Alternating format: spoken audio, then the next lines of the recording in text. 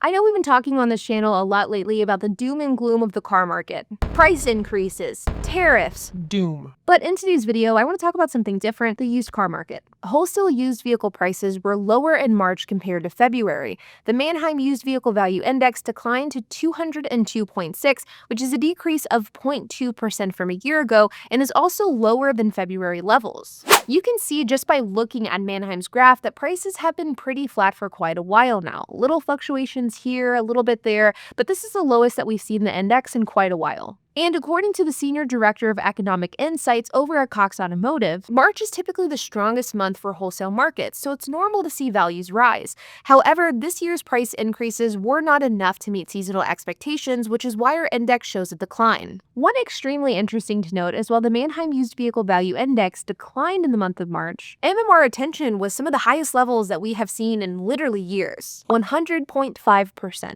Now, MMR retention is a percentage metric that helps give us an idea of what cars are selling for relative to their MMR value.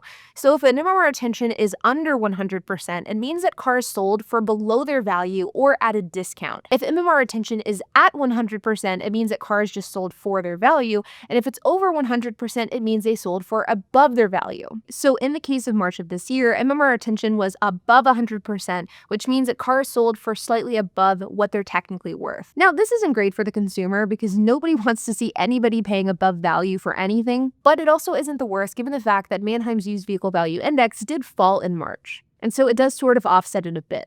The average daily sales conversion rate rose to 65.8%, which is an increase of 6 percentage points against last month. And this is much higher than what we typically see this time of year. For comparison, over the last 3 years, the average daily sales conversion rate was about 60.8%.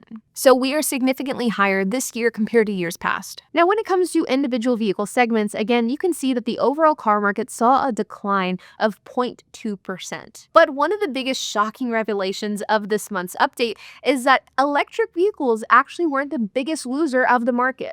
In fact, electric vehicles weren't the biggest or even the second biggest loser of the market. The best performing segment was luxury vehicles, which actually increased in value by 1.1%. They were the only segment of vehicles that saw an increase this month. This was followed by SUVs and crossovers, which declined by only 0.1%. This was then followed by pickups and non-electric vehicles, which both declined by 0.9%. But this is where electric vehicles come in, which declined at 3.2%, which is significantly better than what we've seen in the past. And I gotta be honest, I was actually surprised whenever I saw this, given the fact that Tesla is having a bit of a hard month, and I thought that this maybe would have reflected on the overall electric vehicle market, but it doesn't seem as though it necessarily did. And here we have the two biggest losers of the month, mid-size cars, which declined by 4.2%, and compact cars, which declined by 6.1%. Compact cars saw a massive drop. This is by far the biggest drop that we've seen from a gas model vehicle in a very, very long time, and it's extremely interesting to see. Now, I just have a theory here, but if I was to guess why compact cars went down specifically,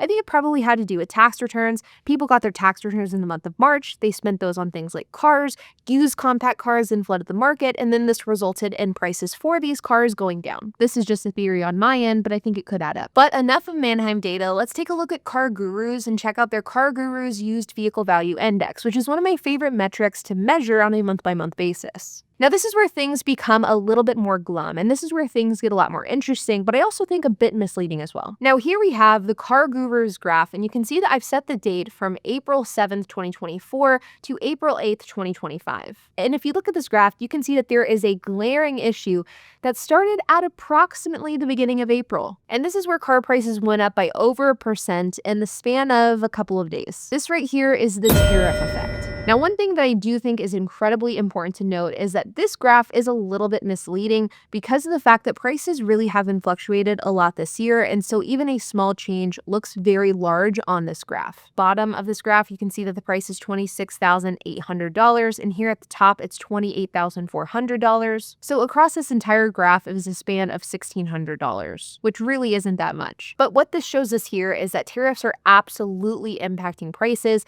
People started ramping up their prices in the lead up to tariffs, and it has increased post-tariff as well. And if we scroll through, you can see that this is absolutely the case. Across the last 30 days, all segments of vehicles have increased in value. Across 90 days, all but one has, and across year over year, we're still seeing these declines. So fortunately, these increases that we're seeing here are not impacting that year over year data. And whenever we scroll down to individual makes, you can see that it's more of the same. Sure, there are a number of vehicles that are seeing price declines, but the vast majority are seeing price increases.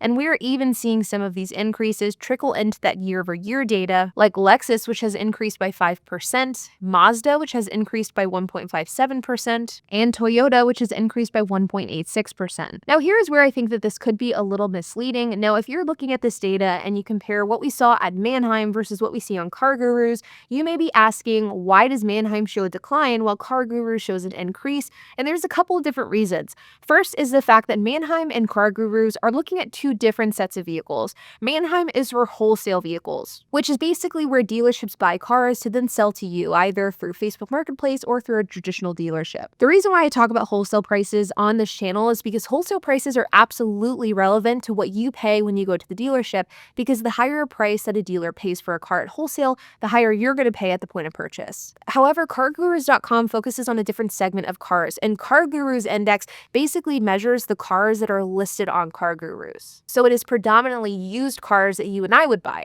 So retail vehicles, not wholesale vehicles. The other sort of fatal flaw with Car Gurus is the fact that Car Gurus measures what cars are priced at, not necessarily what cars are selling for. And so what I think could have potentially happened here is that while tariffs are absolutely going to impact cars, I don't think that we've seen that impact in the used car market quite yet.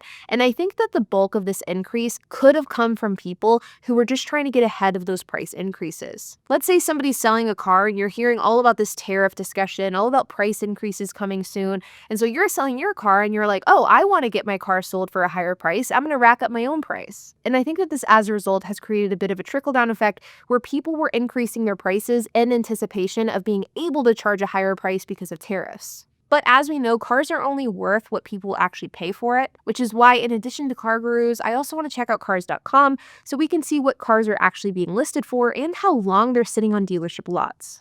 Now, whenever I take a look at cars.com, I like to check out cars that could be reflected of the average car in the car market, so minimum year of 2021, max price of $45,000 with 60,000 miles or less. You have something like this 2022 Highlander with 36,248 miles that's listed for $34,995. This is an extremely nice car, a pretty high trim level, but this car's been listed for 64 days. It has seen $595 in price reductions, and you can see that its most recent reduction came at the end of March of $1,000, and yet it still isn't selling. This 2023 Genesis Electrified G80 base, again, a car that I think is extremely clean and has a pretty expensive purchase price. It's listed for $43,000 and it only has 1,600 miles. But this car has been listed for 214 days and it has seen $11,260 worth of price reductions. This 2023 Lexus ES350, this car is listed for $40,856. It has just under 12,000 miles. You can see that the interior is extremely nice. The car is very clean. This car has been listed for 41 days and has seen $456 in total price reductions, which was actually applied the day that tariffs went into effect. This Ford seller is a bit delusional. They have a 2022 Ford F-150 XLT, which has 51,921 miles. It's listed for $36,994.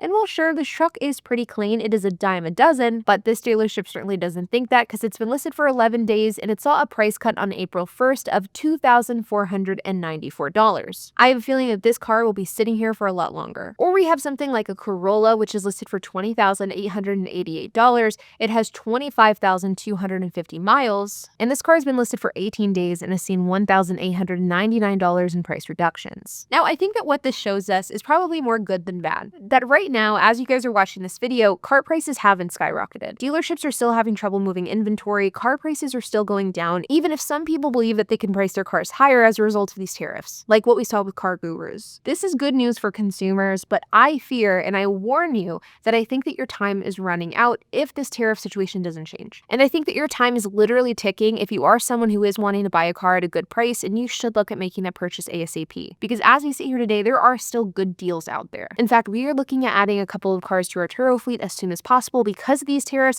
and we found some killer deals. So I have one final parting gift of this video. If you are looking to buy a car, buy now or forever hold your peace. Okay, maybe not forever, but at least for a few months. Like always, you guys, I hope that you enjoyed this video. If you have any questions, comments, if you have anything to add, I would love to hear it, so make sure to leave a comment down below. And while you guys are at it, make sure to hit the like button, hit the subscribe button, and hit the notification bell, and I will see you guys in the next video.